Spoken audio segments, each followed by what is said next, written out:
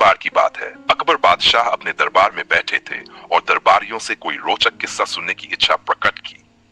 सभी दरबारी कुछ न कुछ बताने लगे, लेकिन किसी की बात बादशाह के मन को नहीं भाई।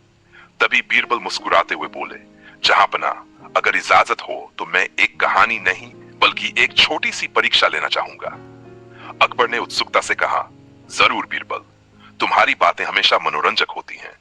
बोलो, क्या करना चाहते हो? बीरबल ने दरबार में एक बड़ा संदूक मंगवाया और उसमें कुछ कीमती चीजें रखवा दी। फिर बोले, इस संदूक में बहुत कीमती रत्न है, इसे दरबार के एक कोने में रखा जाएगा।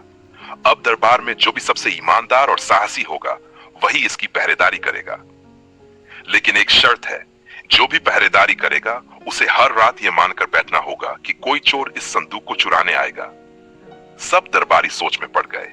उन्हें डर लगने लगा कि अगर कोई चोर सच में आया तो क्या होगा। रातें भी नींद से कटेंगी नहीं। 3 दिन बीत गए, लेकिन कोई भी पहरेदारी के लिए आगे नहीं आया। अकबर को यह देखकर बहुत निराशा हुई। उन्होंने बीरबल से कहा, क्या यह परीक्षा थी या डराने का तरीका? बीरबल मुस्कुराए और बोले, जहांपना, अभी आखिरी हिस्सा बाकी है। चौथे दिन बीरबल खुद पहरेदारी के लिए तैयार हो गए। रात में वह संदूक के पास बैठे रहे, लेकिन उन्होंने दरबार के सेवकों से कहा कि जैसे ही कोई संदूक को छूने आए वे एक बड़ी घंटी बजा दें। रात के तीसरे पहर एक दरबारी जिसका नाम गुलाम अली था धीरे से आया और संदूक की ओर बढ़ने लगा। जैसे ही उसने संदूक छुआ, घंटी बज गई। सारे सैनिक दौड़े और उसे पकड़ लिया। अगले दिन बीरबल ने सबके सामने गुलाम अली को पेश किया और कहा, यह वही व्यक्ति है जो दूसरों को ईमानदारी का पाठ पढ़ाता था, लेकिन खुद चोरी करने आया। अकबर बहुत खुश हुए और बोले, बीरबल, तुम्हारी चालाकी ने एक नकाबपोश धोखेबाज को पकड़ लिया।